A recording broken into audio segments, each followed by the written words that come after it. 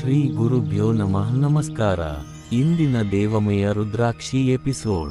2 ಮುಖದ ರುದ್ರಾಕ್ಷಿ, ಅರ್ಧನಾರೀಶ್ವರನ ಮಹಿಮೆ. ಇದು ಶಿವಪಾರ್ವತಿಯ ಏಕರೂಪವಾದ ಅರ್ಧನಾರೀಶ್ವರನ ಪ್ರತೀಕ. ಈ ರುದ್ರಾಕ್ಷಿಯು ದಾಂಪತ್ಯದಲ್ಲಿ ಪ್ರೀತಿಯಂತಾಗುವಂತೆ ಮಾಡುತ್ತದೆ. ದಾಂಪತ್ಯ ಸಮಸ್ಯೆ, ಕುಟುಂಬ ಕಲಹ ನಿವಾರಣೆಗೆ ಶ್ರೇಷ್ಠವಾದದ್ದು. ಧರಿಸಿದವರು ದೈವಿಕ ಸಮತೋಲನ, ಶಾಂತಿ ಹಾಗೂ ಸಮಂಜಸ ಬುದ್ಧಿಯನ್ನು ಹೊಂದುತ್ತಾರೆ. ಇದು ಮಿಥುನ ಮತ್ತು ತುಲಾ ರಾಶಿಗೆ ಅತ್ಯಂತ ಉತ್ತಮ.